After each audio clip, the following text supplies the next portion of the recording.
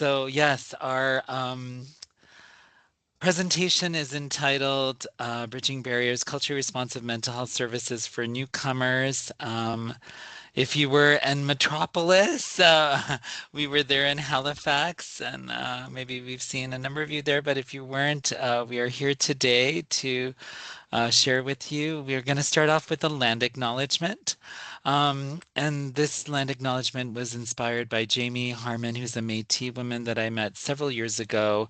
And she said, when you do land acknowledgement, somebody can just give you and then say, but it's meaningful if you write your own. So this is our own. We offer gratitude for and respect for the lands of the traditional meeting places and homes of many Indigenous people. This includes the many unique histories, strengths, ceremonies, languages, and cultures that continue to influence for us all. On a personal note, as I continue my journey of truth and reconciliation, I still have much to learn. I'd like to publicly acknowledge I continue to work to identify my commitments, and actioning the tenets of Indigenous allyship is one of them. I am grateful for and would like to acknowledge all Indigenous colleagues and students and the elders and knowledge keepers who have welcomed and prayed for me. Thank you for your knowledge, your wisdom, and guidance they are shared. It's shaping my journey. Hi, hi. Thank you. I'll pass it over to Jissa. Thank you so much, Latif. So before we start, so today we are planning to give you some some information into what are some general barriers that exist for newcomers when they are trying to access mental health supports. And we would go on to talk about some of our programs, and we would be going in detail about our counseling program today. And my esteemed colleague here, Latif, would give you a sneak peek into how we support clients clinically. So before I start, does anybody want to talk about, um, have you all heard about healthy immigrant effect? I'm not able to see Oh, any yes. Feel free to, faces. yeah, feel free Yeah. to unmute or put in the chat.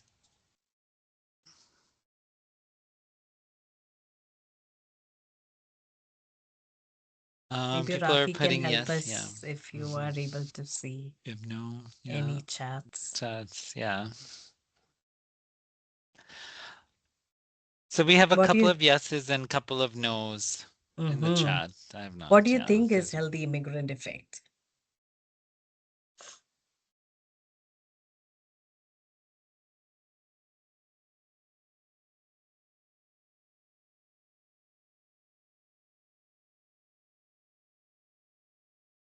Do we Any have hints? anything in the chat?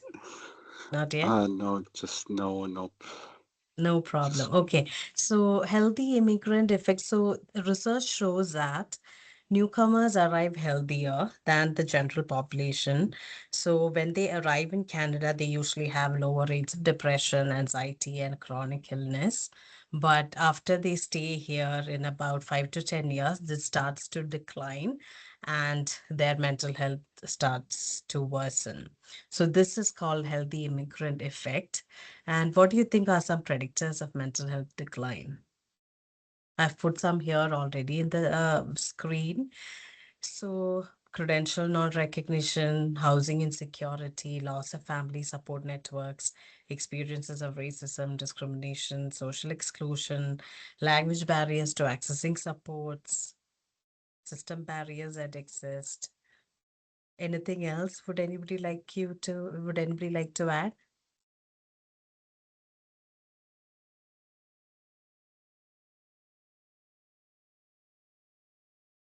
No problem. So I'll go on to explain what are some general barriers that exist uh, for newcomers when they're trying to access mental health supports. So some barriers that are very that strongly affect how newcomers access supports are language barriers that exist, system complexity, cultural disconnect. Sometimes they might be seeing somebody who's not in their culture, and this so it would take time for them to build that rapport and to open up.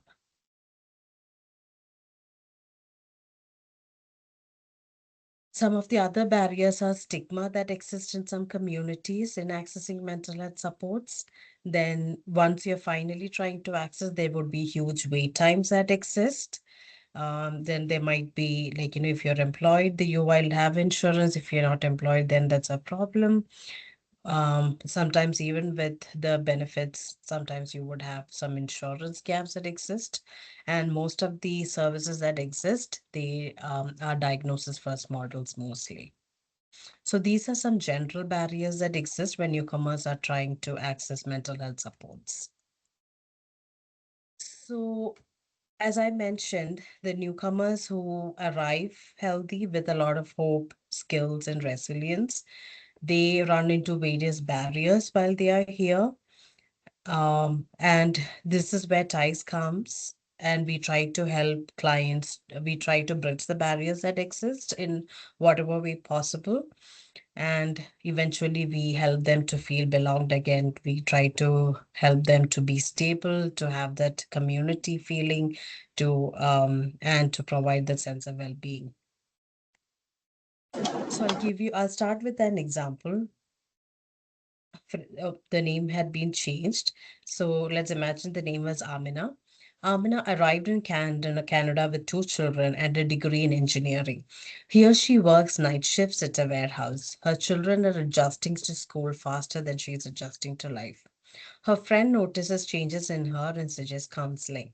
Her son's school also reaches out to her due to some behavioral issues. She calls a clinic. The wait time is 6 months. When she finally gets an appointment, she sits in her room trying to describe her exhaustion in English, which is the language she uses for transactions, but not for emotions. The therapist asks, "How does it make you feel?" She wants to say, "It feels like I left my whole identity behind. It feels like I'm disappearing. It feels like my children are becoming strangers to me." But all that she says is, "I'm just stressed." And that is where generally people stop listening. But that is where we try to begin. So she called us and we were able to provide an appointment the same week. There was no form to fill. There was no wait time. There was no assessments. But she was matched with a counselor who spoke her language and somebody who was from her culture. So with us, access was not a barrier, language was not a barrier, and culture was not a barrier. Mhm.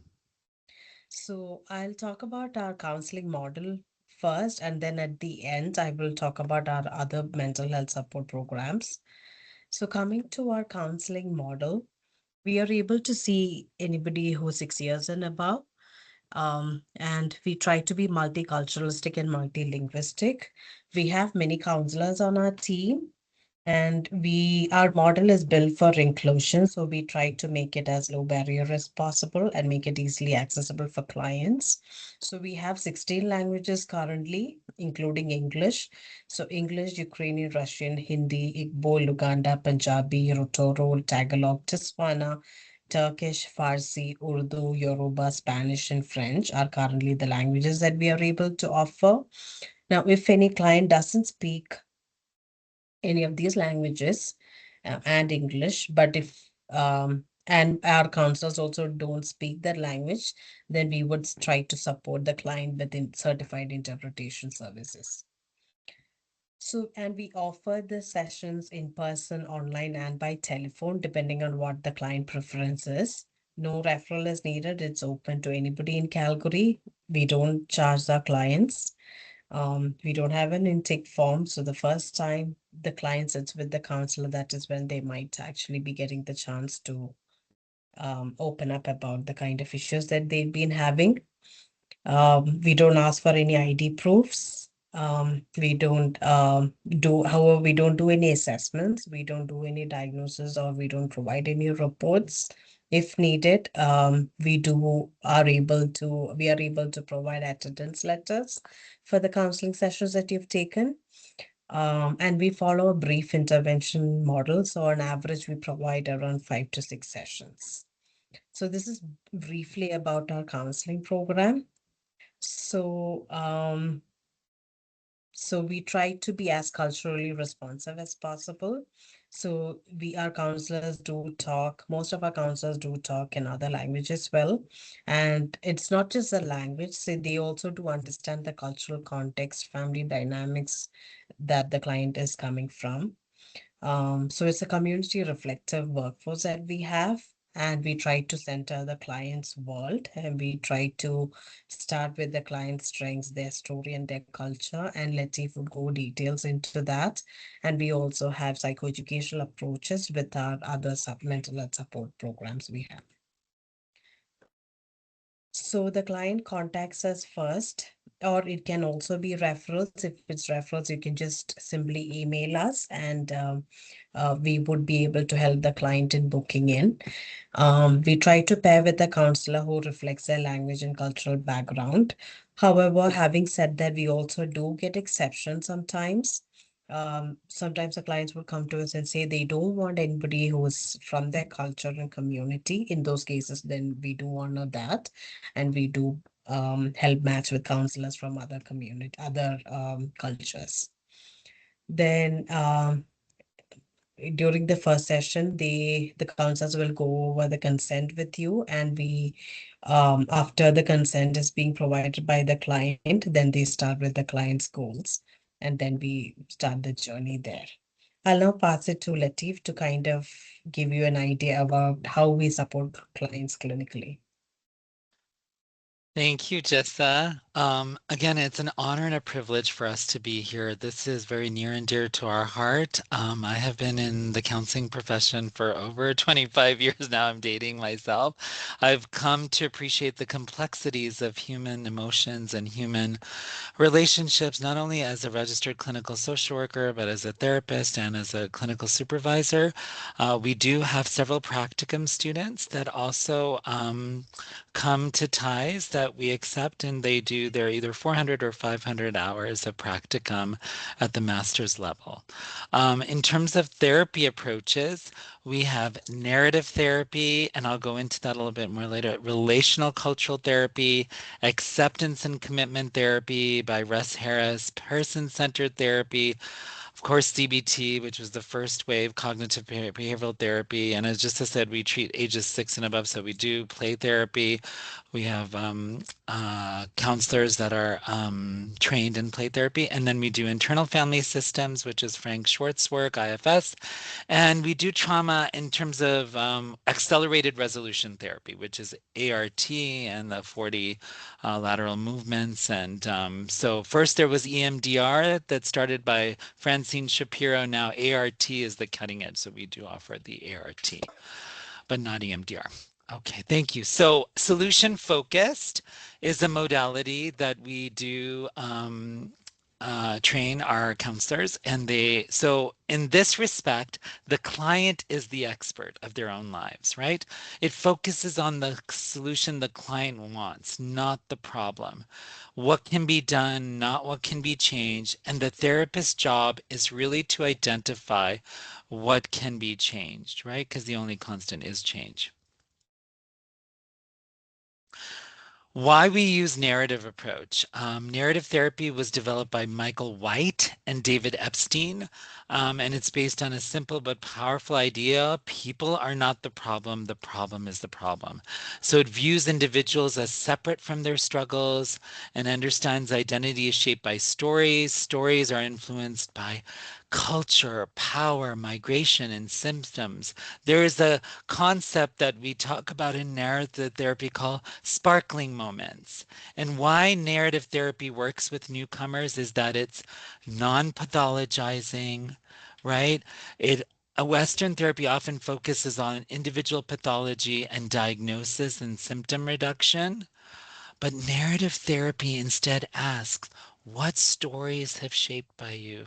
It creates a brave space where people are listened to, heard, and seen. What values guide your family? What strengths brought you here? Because all our newcomers, we all have come, and the immigrant experience, they come and are very resilient. And for newcomers, identity is deeply connected to culture, family, community, faith, and collective belonging. And narrative therapy really makes space for this. It doesn't erase origin, it centers it. And some of the other concepts, what it honors is the absent but implicit. It really is, again, non-pathologizing. We don't use the DSM-5 and we don't make diagnoses. So that's one thing, the beauty of narrative therapy. There is no diagnosis.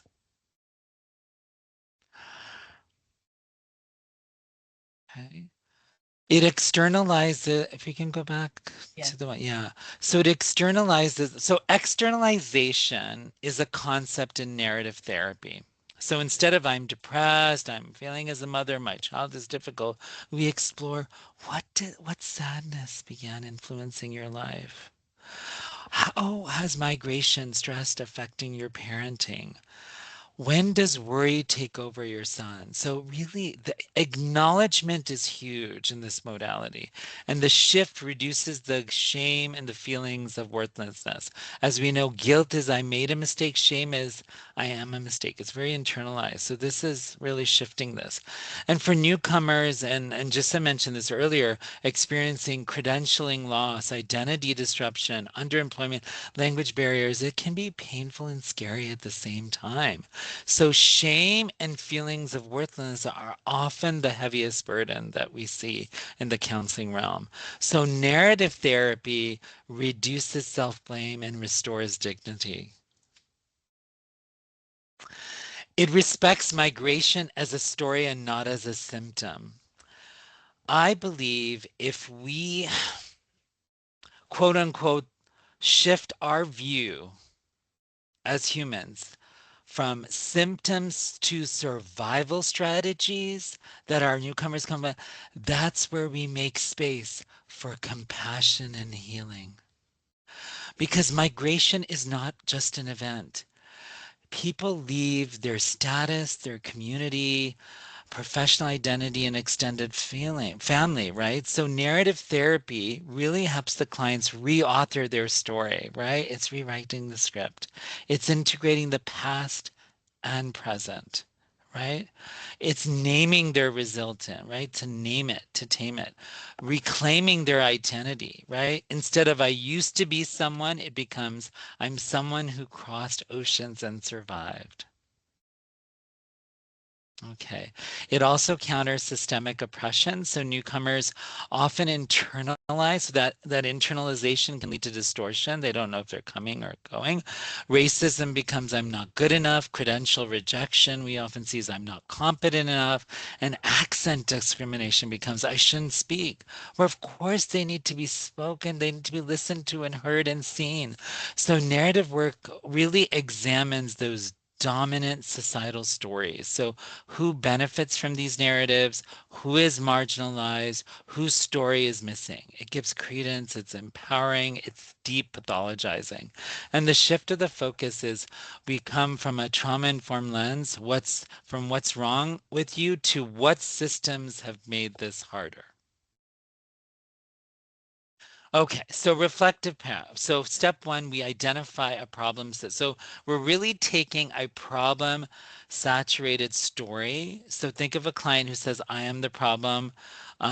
So we invite our counsel to really ask the client to write down the statement that they might use to describe themselves. Then we externalize it. So part of externalizing is disentangling, right? So when did the problem first show up? So we're really unpacking here.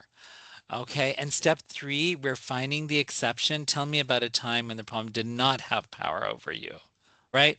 Because there are times where it did, but when did it not, you know?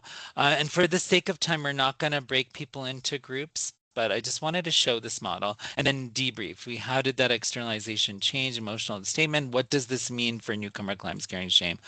So we kind of really take that by unpacking it.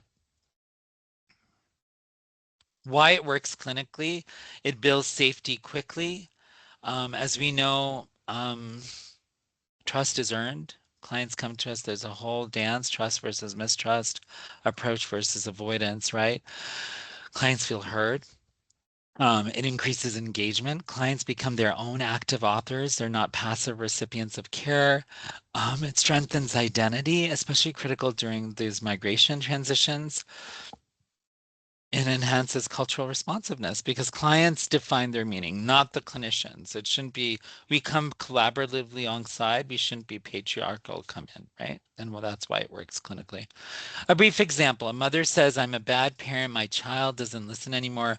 A traditional lens might explode behavior management. Let's look at behavior, discipline strategies. Are you right? Like, are you, what type of parent? Emotion regulation, where a narrative therapy lens is, when did feeling like a bad mother first appear?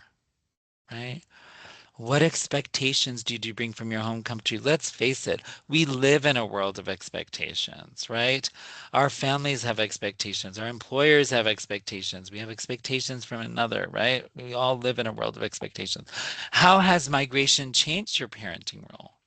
When have you resisted that story? And over time, she, he, they move from self blame to a contextual understanding to restored confidence. As we know, this takes time. A relational example. Okay, so why connection is the intervention? So I love relational cultural theory and what it says about connection and disconnection. So I want to spend some time that relational cultural theory, by extension, relational cultural therapy, it stems from the pivotal work of Jean Baker Miller, and it's often aligned with the feminist and multicultural movements. And in fact, RCT has embraced many social justice aspects of these movements over time. It was developed in Wellesley, Massachusetts in the 1970s by the work of a psychiatrist, Jean Baker Miller, and she wrote the book in 1976, Towards a New Psychology of Women. And one of the core tenets of RCT is that the central relational paradox assumes that we all have a natural drive towards relationships. And then in these relationships, we long for acceptance, right? Because isolation is the primary source of human suffering, and we all strive for connection. So RCT really, what we do is we work with clients to identify these relationships, but also the goal of this therapy is really to deepen the therapeutic relationship and ultimately the client's relationships outside of therapy. So really this therapy focuses on a client's relational images, both positive and negative expectations of past relationships and how that can influence future. Okay. So these negative relational images that come up in therapy cause disconnection between people. So as a relational cultural therapist myself, I seek to decrease these effect of these negative images to help the client to become more connected with others. Okay. So this theory really is behind the approach that centers around that positive interpersonal factors such as growth fostering relationship and mutual empathy and validation is so critical to the empowerment of marginalized population. So this approach really seeks to reduce sources of individual isolation, social injustice. We explore racism, classism, homophobia that can contribute to chronic disconnection. And it often builds safety quickly. Clients have felt that they feel heard, it increases engagement. And again, I'm going to reiterate and underscore it really models connection, drawing that relational cultural theory, that therapeutic relationship is itself healing, where one client is fully identified, welcome, and yeah, and appreciated. Thank you, Jessa. Go Yeah. to the next. Yeah. And why this matters for equity. I mean, newcomers often enter systems, if you think about it, the diagnosis before listening. They slap a diagnosis like, hey, you haven't even heard. Interpret distress through Western frameworks. They minimize migration grief. I mean, but that narrative therapy again allows for cultural meaning making, story reconstruct. I mean, dignity in that restoration, but it aligns with trauma informed cares, right? Because I always believe that coming from that trauma informed lens, we can see things differently. Also, from that anti oppressive practice and be more culturally responsive in terms of having cultural humility. Okay. Um, Now, Go maybe ahead. Latif, you can Yes. cover this. Yes. Okay. You can Thank go you ahead. so much. Oh, okay. Thank you. As Jessa had shared earlier a little bit about Amina. So we're going back to Amina. In this session, no one asked her anything, such as what's wrong. They asked, what kind of mother were you before you got here? Tell me about her. Um, so this was the first time in 2 years she had been asked who she was, not what was wrong with her or what needed to be fixed. So at Ties, I'll just reiterate and underscore, we do about a 6 to 8 session model. So over 6 sessions, she moved from I'm a bad mother to I'm a mother who crossed an ocean to give my children a future. And it was huge. I mean, we do surveys, and we'll see a little survey later that kind of expressed what she thought of her experience in therapy. If you can move on to the next slide, please.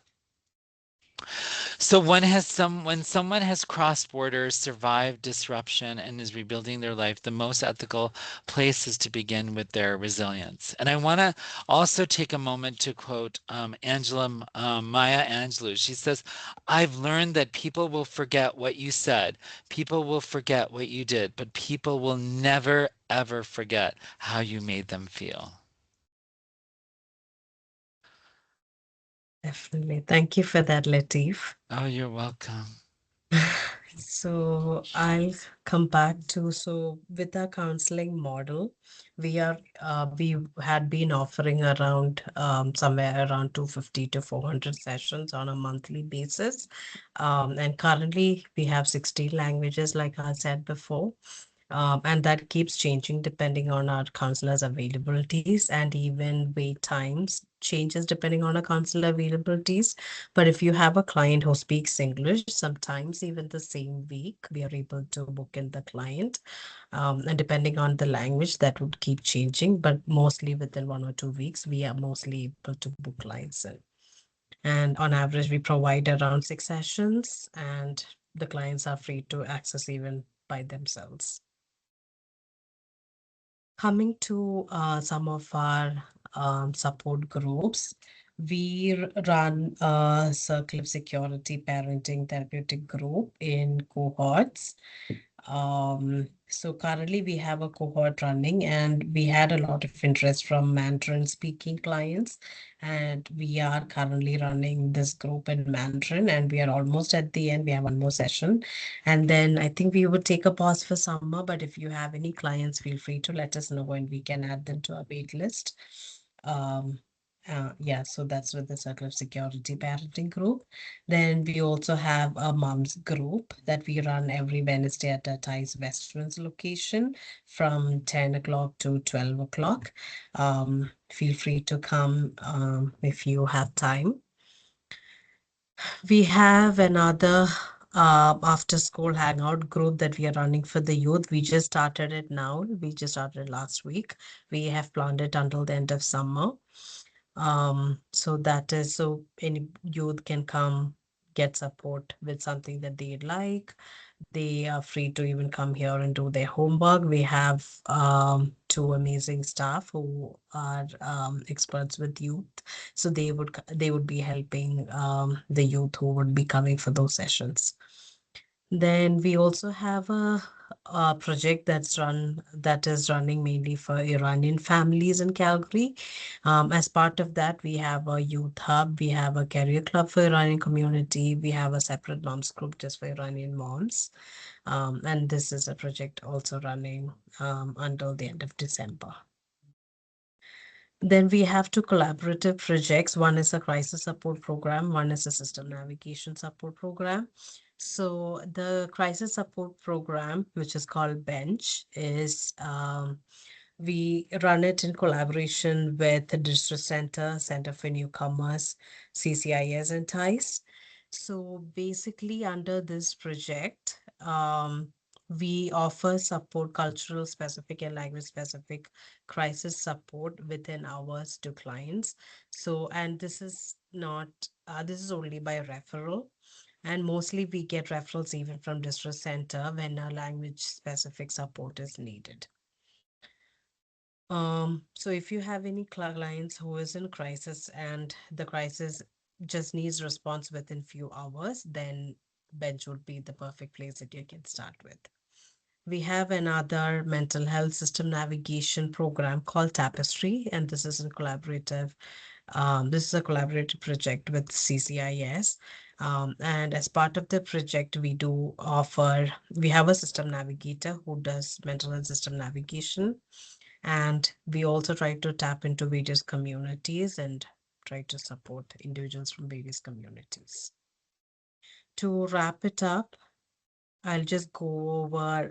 So if you have over the supports of when you can access support. So if you have a client who would need support within minutes, like emergency, of course, it's 911, or it can also be district center or reside, depending on the kind of support the client needs. And if you want support within hours, then bench would be a starting place. And if you need support within days for therapeutic counseling, then Healthy Minds Counseling Program would be the perfect place that you can start. If you have any questions, feel free to email us. This email is the main email for our counseling referrals, but depending on your request, we would reiterate to other members of our team as well. So thank you for your time, everybody, today. If you have any questions, feel free to let us know. Yes.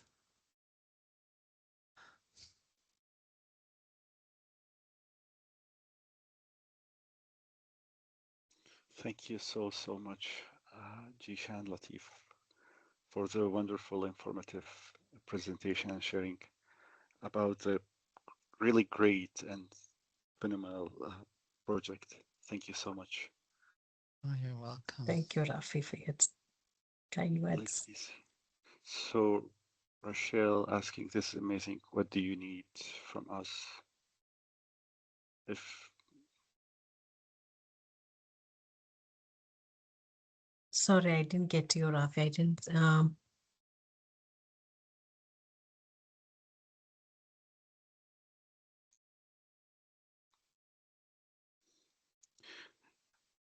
any questions, if you want to put it on the chat. Uh, I, I really enjoyed the session, not only for the project is great, but also personally, I believe the power of the story, and Latif knows that. I like the way how. Okay, before giving my comment, I will give it to Rochelle. Yeah, please go ahead, Rochelle. Thank you. I'm Rachel from Momentum, Rachel. and Oh, hi, Rachel. hi, and this is absolutely amazing. And I just asked, what do you need from Momentum or from other organizations? How can we support this? Perfect. Yeah, Latif, Jisha, it's to you. If Thank you you, have Rachel. any, Yeah. thank you, Rachel, for your I'll let question. yeah, go ahead, just. So if you have any clients who is like, having any, who is looking for mental health support, you can just feel free to refer them to us. And we would be happy to take them on. Can we get any like posters or anything like that that we can put up in our classrooms? Yeah, I can share with Rafi some of the posters that we have of the programs. And Rafi, please feel free to share with everybody. Yeah, everyone in the attendance list, I will share. Thank you, Jisha. Thank you, Rachel, for the question. And that's raised another question inspired by Rachel. Is there any specific immigration status to attend those sessions? And only any restrictions is not there, but just wondering. No, it's open to anybody in Calgary. Okay. So not just immigrants, but no, immigrants and newcomers, but it's like, we also have few Canadian-born citizens who do Okay. access our services, but Right, anybody in Calgary are open to accessing supports right. from us. And I'll just Perfect. piggyback on what Jissa said. So we're going to underscore and reiterate just Calgary because we've had people that Lethbridge or right, just I mean, but we cannot service people outside of Calgary because of the yeah. Otherwise, it wouldn't be sustainable. Go ahead. I just have question in the chat and then to Hani from Omotola. Do you have a maximum number of sessions? I know you mentioned 6. Mostly we try to wrap it up by 6, those who but it's not an abrupt stop after 6. So clinically, if it is clinically, if the client needs more sessions, then we would the counselor would get in touch with the clinical supervisors and the team and me and my manager, and then we would see how many more sessions we can offer. So we do offer additionally 3 to 4 sessions depending on where the client is clinically. We also have a lot of cases where long-term supports are needed. So in those cases, we try to provide other long-term counseling supports that are available across the city. Mhm. And where needed, we try to also help them add it to the waiting list, and we just do the bridging until they are able to get started with the supports. Perfect. Thank you, Jusha. I will take Hani and then we have 2 more questions in the chat. Hani, go ahead, please. Thank you. Thank you for giving me the chance. It was an amazing presentation. Thank you for having us today. I don't know if this is the right way to call you, Dr. Latif. Is it doctor or professor? You can just call me Latif. How about that? Thank you, honey. We met once. You gave us a training back, Yes. I think it's last year. All And right, honey. It's so good to see you. yes, nice to meet you again. Actually, I wanted to maybe share some of the challenges I do face with some of Oh, my okay. clients, and Okay. if you can spare like maybe some recommendations, or if you can share with me your thoughts, that would be amazing. Sure. So most of my clients, because we meet clients based on language, like first language basis. Of course, I do meet other languages because I speak multiple languages. But some of the challenges I face with my clients, especially coming from my home country, the country that I was born in, Eritrea, Ethiopia, and the other countries close to us. The mental health is seen as a taboo, and of course, you know that Hmm. by now. And suggesting to a client to sit with somebody to what you call talk about whatever they're worrying about, whatever is their concern, takes a huge toll on me and on them, because I don't want to push the client to go for it if they don't want to specifically. But if I see the necessity, I just have to put it out there, and I try to give him some resources, or them some resources, right? And this idea on my end, because I try to explain however I understand it, it's a bit challenging. I don't know if the message reaches them or not, but it's repeated. You know what I mean? It's consistent. This thing is still going, and I would like to maybe hear your suggestion, or what can I do more to assist clients who are in need and who are not open to this kind of intervention or. Hmm. Hmm. Well, first and foremost, that's an excellent question. So I can appreciate what you're sharing, and it was so great to see you again. I see some familiar faces and some new faces, so please, and I'm on LinkedIn, so feel free to connect with me also after.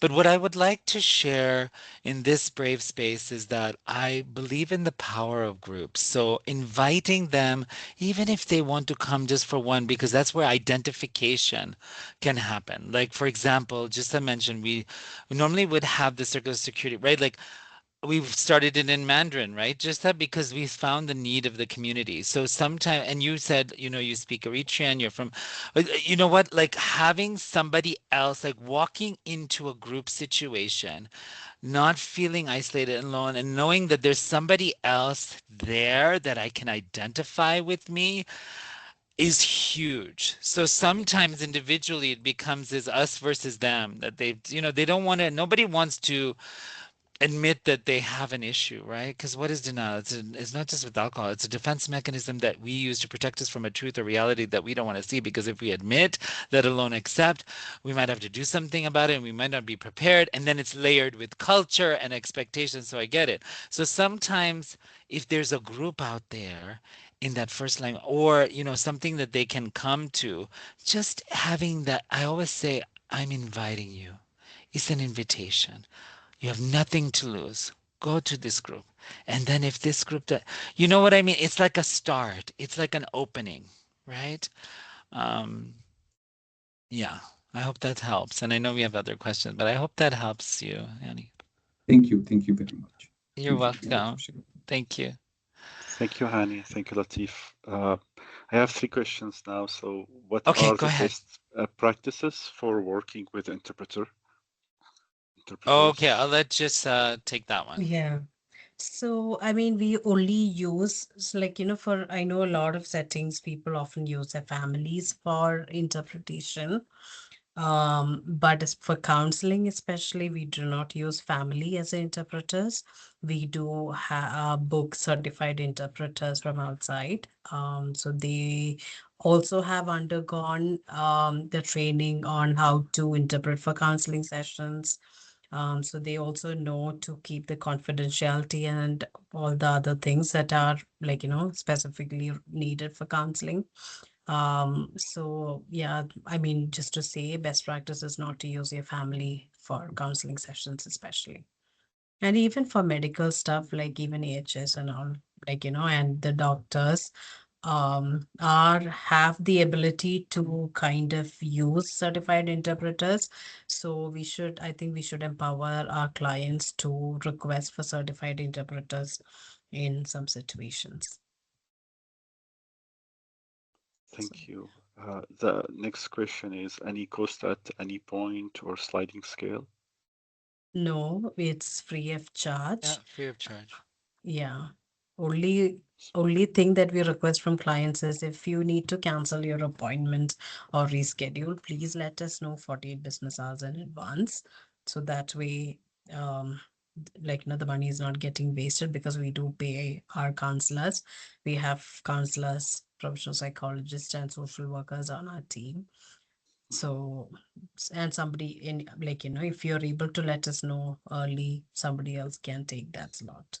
Exactly. And I just want to just add to what Jissa says, because we are highly sought after and it is a free service. We do humbly suggest to our clients, especially I advise as the supervisor to my counselors to reiterate and underscore that the client should let it know because afterwards they're taking away a thought that we could see somebody else and it's pushing the wait time, right? So that's our humble request. Otherwise, we'll have to close their file over time for repeated no-shows. Okay, and do you, since it's online, one of the options, do you accept clients outside Calgary, or it's one of the requirements to be resident in Calgary Currently, our funder is, like, it's a for funder Calgary? requirement. So the funding Okay, is for City of Calgary. So if we get requests from outside Calgary, we often try to find resources and we try to send it to the client so they can access our supports. okay, thank you. And thank you for Rachel. She mentioned in the chat also financial stress resource for financial support for this kind of project. So thank you for sharing that, Rachel. Any another questions, comments? We have 9 minutes, so we can give it back to you to continue. Yes, okay. Amotola, I hope Yes, please. please Is go. it okay if I just unmute Absolutely. myself and ask my question? So I was wondering, do you have counseling that is provided specifically to people who are impacted by dementia? Latif, do you want to take it? Unfortunately, we don't have, that's one of the things, right? Just that we can't be all things to all people. We do treat all ages, which is great. I mean, above 6 and above. But when it comes to geriatric, we don't have anybody really specializing in dementia, and we don't have any psychiatrists. So we normally refer out to the dementia and the Alzheimer's Society of Society. Calgary. Yeah.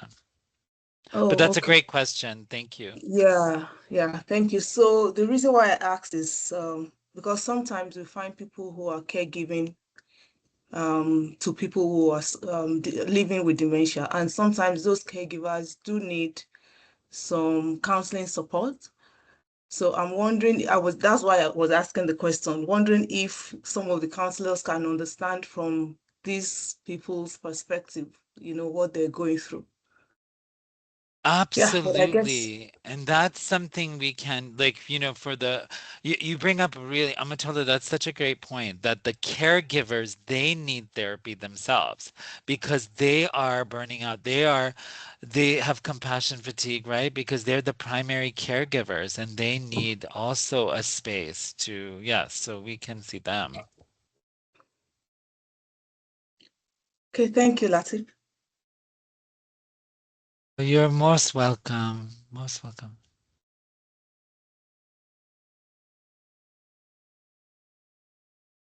Okay, any last call for any last questions, comment, or if you want to share it in the chat box.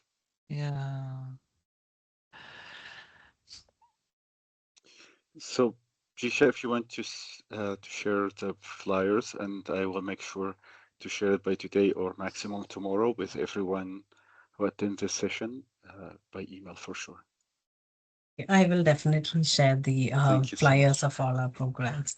Thank you, everybody, for your time. It was nice to meet you all. And thank you, Rafi, Yeah, for organizing this. no, my Yes, pleasure. Thank you likewise. so much. Yeah, thank you. Likewise.